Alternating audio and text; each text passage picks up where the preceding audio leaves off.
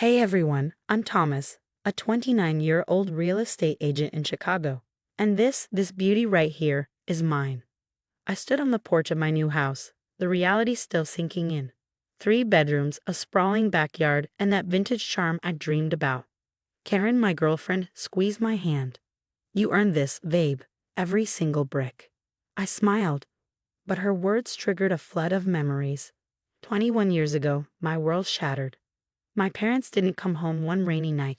Sarah, my older sister, was just 14 when she stepped up. At least that's how she always framed it. Remember when we used to share that tiny room at Aunt Marie's house? Sarah asked, unpacking boxes with me. I nodded. Yeah, I remember. She paused, her voice heavy. I gave up everything for you, Thomas.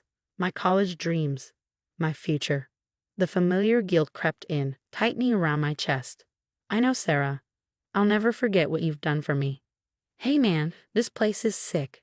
Derek, my best friend since high school, strolled in carrying more boxes.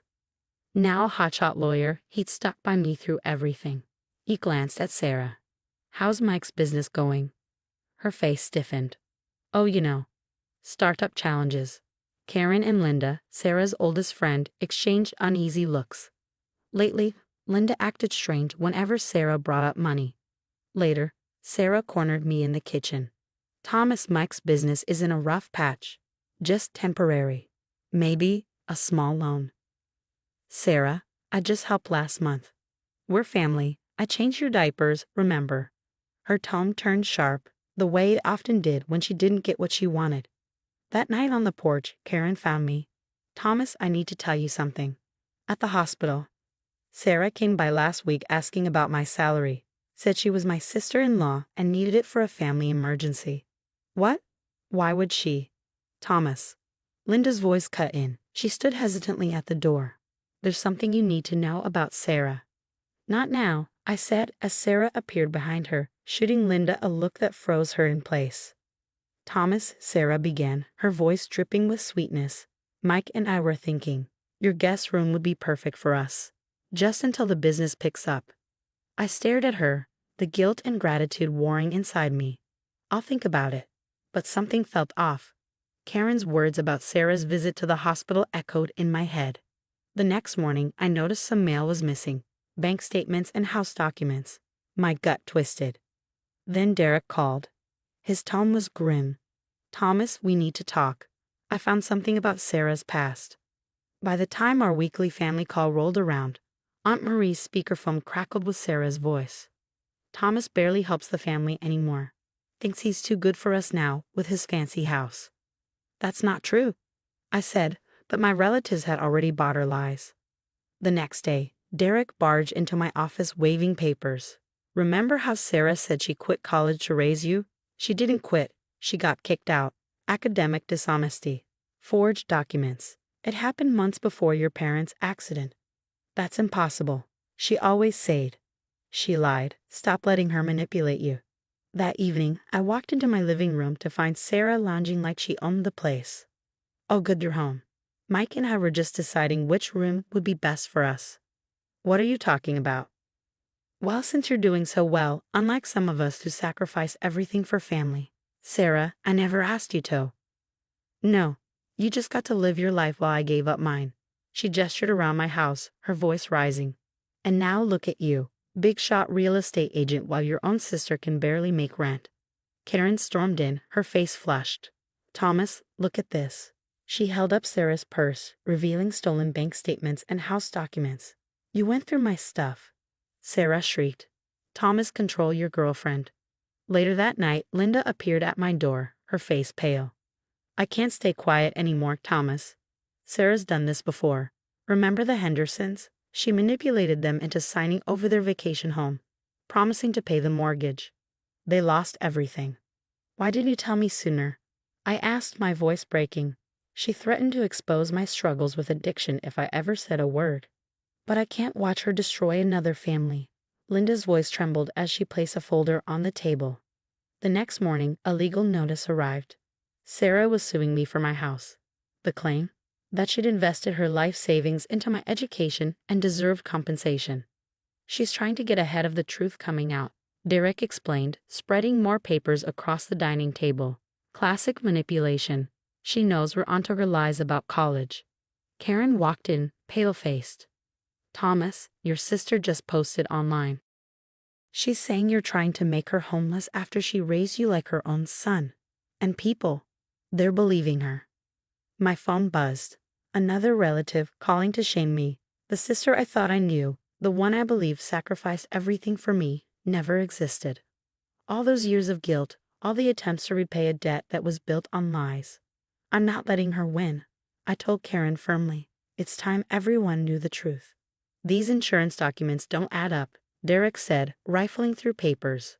Your parents' life insurance policy was worth $300,000, but only $50,000 went to your education. Sarah was the trustee. Where's the rest? Karen walked back in, laptop in hand. You need to see this.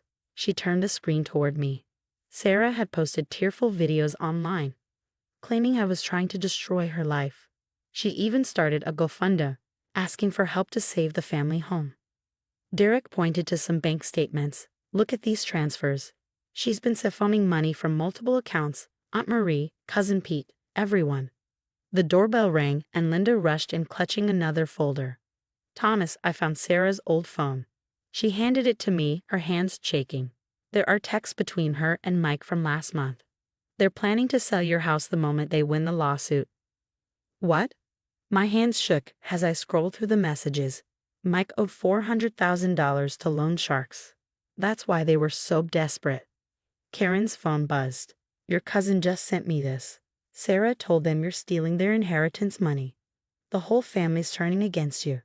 Not for long, Derek said, his tone icy as he pulled out more documents. Remember the college fund your parents set up?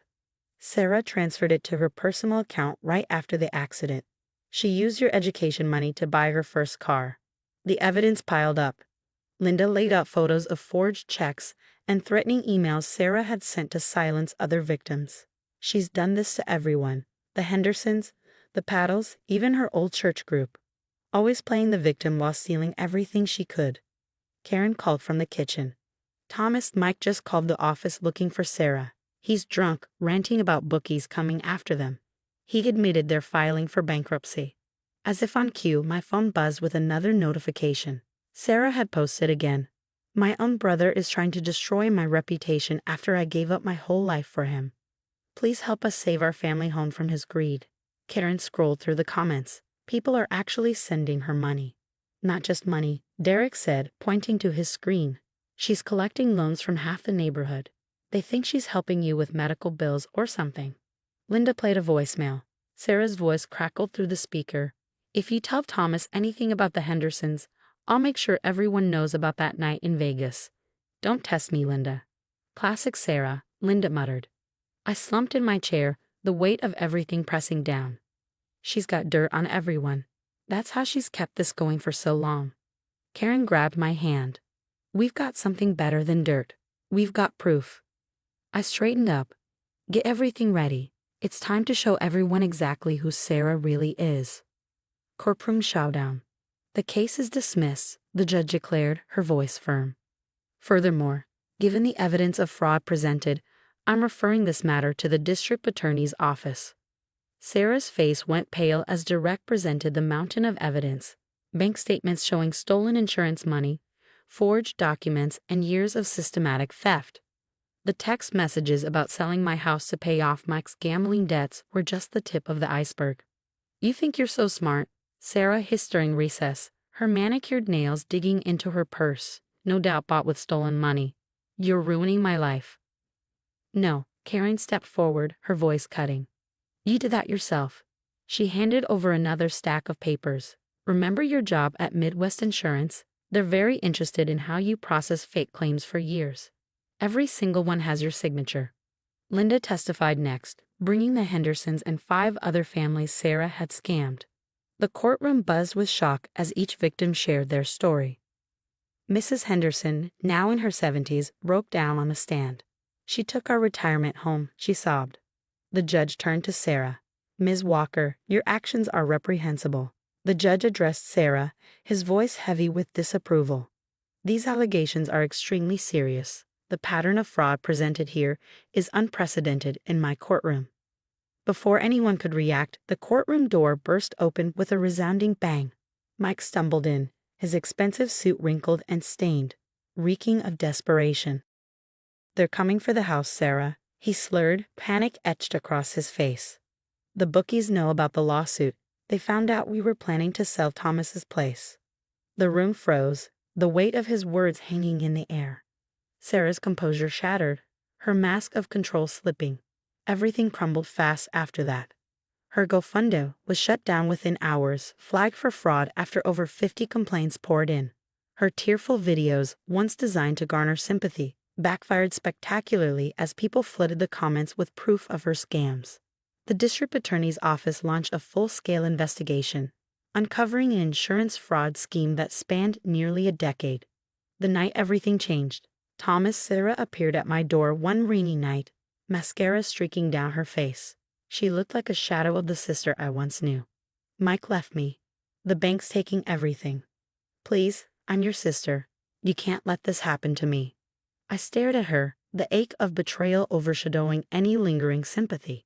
"You stopped being my sister the day you stole from a 7-year-old orphan," I said, my voice cold. "Our parents would be ashamed." Karen, ever my anchor, uncovered even more evidence through Sarah's work computer. Years of fake insurance claims, all linked directly to her. Her company pressed charges immediately, vowing to help every victim recover their losses. "She's filing for bankruptcy," Derek informed me over coffee. "Between Mike's gambling debts, legal fees, and repaying her victims, she's lost everything, her money, her reputation. It's over." A final attempt. Sarah made one last desperate visit to my office, her eyes hollow and pleading. "I raised you. I gave up everything for you," she sobbed. "How can you do this to me?" I shook my head, the final remnants of guilt slipping away. "You gave up nothing, Sarah. You stole everything. My childhood, our parents' memory, the trust of everyone who believed in you. Every sacrifice you claimed was a lie." Her lips quivered. "Please, I'm sorry. I'll change." "Save it for the judge," I interrupted, leaving her to her fate. 6 months later, I stood in the backyard of my house. Our house, watching the sunset turn the sky a fiery orange. Karen stood beside me, her hand in mine, the diamond on her finger catching the light. "Your house looks beautiful," she said, smiling. "Our house," I corrected her, the weight of those words grounding me in a future free from manipulation and pain.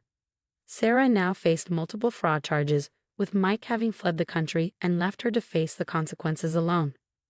My family, finally seeing the truth, had reached out to apologize for believing her lies.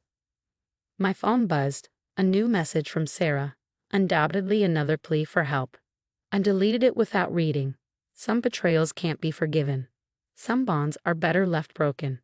As I held Karen close, I felt only relief. The web of lies that had ensnared me for so long had finally unraveled. Sarah had taught me a painful but important lesson. Family isn't about blood. It's about truth, trust, and genuine love. And for the first time, I found that family in the one I chose.